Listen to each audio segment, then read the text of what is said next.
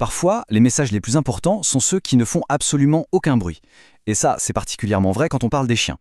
On a tendance à penser qu'un chien qui ne détruit rien, qui n'aboie pas, c'est un chien heureux. Mais, et si ce calme apparent cachait en fait une détresse profonde? Allez, on va plonger là-dedans pour apprendre à décoder ces signaux qui, bien souvent, nous échappent complètement. Cette citation du docteur Martinez, elle est vraiment percutante. Et elle est au cœur de tout ce qu'on va voir aujourd'hui. Elle nous force à regarder au-delà des apparences. Parce que la souffrance d'un chien, elle n'est pas toujours bruyante, loin de là. Elle peut être silencieuse, cachée, et c'est à nous d'apprendre à l'entendre. Pour bien comprendre, faisons la connaissance de Rocky. Pour sa propriétaire, Sarah, c'était tout simplement le chien idéal. Le genre de chien que tout le monde rêve d'avoir, vous savez. Calme, sage, aucun problème de comportement visible, bref, une véritable image de perfection. Mais comme on va le voir, cette image, c'était une illusion. Et voilà le moment où tout bascule. Ce tout petit détail, cette petite zone sans poil sur sa patte, c'était le seul indice visible d'une véritable tempête intérieure. En fait, Rocky n'était pas calme, il était terriblement angoissé. Ce léchage compulsif, c'était sa seule manière d'exprimer une anxiété de séparation que personne, absolument personne, n'avait remarquée. Son silence, ce n'était pas de la sérénité, c'était de la détresse. Allez, on attaque la première section, les signes physiques, ceux qu'on a tendance à ignorer ou à mal interpréter. Premier signe, le léchage excessif. On se dit souvent « Oh, c'est sa petite habitude, c'est un tic ». Mais la réalité, c'est que c'est un comportement d'apaisement. C'est un peu comme un humain qui se rongerait les ongles pour gérer son stress. Prenez l'exemple de Théo, le chien de Julie. À chaque fois qu'elle enfilait son manteau, il commençait à se lécher la patte. Encore et encore, au point de se mettre la peau à vif. Ce n'était pas juste une petite manie, c'était un véritable appel à l'aide. Passons maintenant au sommeil. On trouve ça souvent touchant, un chien qui dort près de la porte, pas vrai? On se dit qu'il est loyal, qu'il nous protège. Mais la réalité est souvent bien différente. Comme Toby, le labrador de Marc. Le chien n'est pas vraiment détendu. En fait, il ne dort que d'un œil. Il est dans un état d'alerte permanent, à guetter le moindre bruit qui pourrait signaler un retour. Ce n'est pas du repos, ça. C'est une garde qui l'épuise. Et voilà la question qu'il faut se poser. Observer la qualité du sommeil de son chien, c'est fondamental.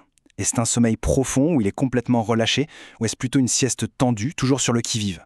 La réponse à cette question, elle en dit très long sur son état mental. Ok, on attaque la deuxième section, les comportements qu'on interprète souvent complètement de travers. Cette liste, elle va peut-être parler à pas mal de monde. Chacun de ces comportements, si on le prend tout seul, peut sembler anodin. Mais quand on les met tous ensemble, ils dessinent le portrait d'un chien qui est loin d'être serein. Allez, on va en décortiquer quelques-uns. L'hypervigilance au bruit. Ah ça, c'est un grand classique.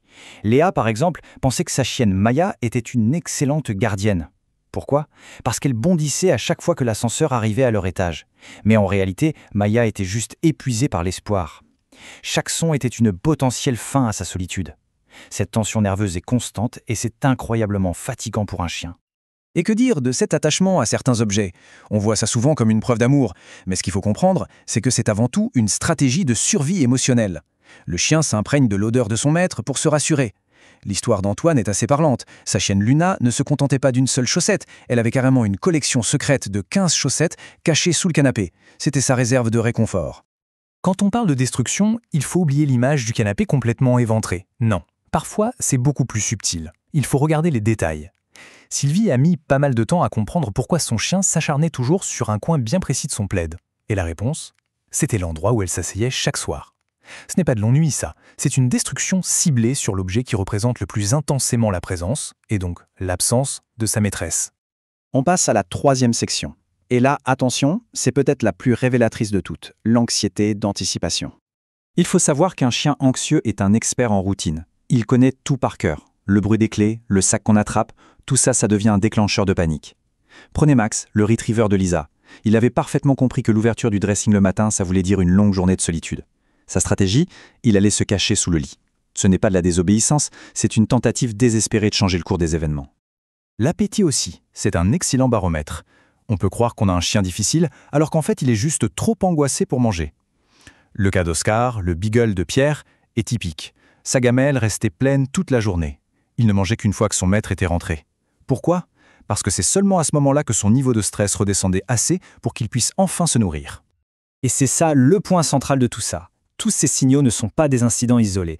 Ils sont les symptômes d'un état de tension permanent.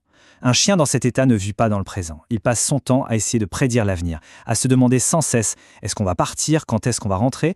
C'est mentalement épuisant. Cette citation du docteur Renard, elle résume absolument tout. C'est ça la tragédie de la situation. L'anxiété vole au chien sa capacité à simplement être un chien. Chaque moment de joie potentiel est gâché par l'attente ou la crainte. C'est une perte fondamentale de sa qualité de vie. Bien, on arrive à la 4e et dernière section. La mission, si on l'accepte, c'est de comprendre avant d'agir. Alors concrètement, qu'est-ce qu'on peut faire? Voici un plan d'action simple. L'idée, c'est de devenir un observateur neutre pendant 3 jours. On prend des notes, à quelle heure le chien se lèche, comment il réagit au bruit des clés, et surtout, on ne change rien à ses habitudes. C'est crucial pour avoir une image vraiment fidèle et non biaisée de la situation. Pour aider efficacement, il faut d'abord comprendre précisément comment l'anxiété se manifeste. Et on termine sur cette question. Parce qu'au final, tous les signaux qu'on a vus, ce n'est que la partie visible de l'iceberg. Et ça nous amène à réfléchir au rôle du propriétaire. Parce que, bien souvent, sans le vouloir, nos propres réactions peuvent renforcer l'anxiété de notre chien. Comprendre ces signaux silencieux, c'est la toute première étape pour briser ce cercle vicieux. Et enfin, commencer à répondre à ces appels à l'aide.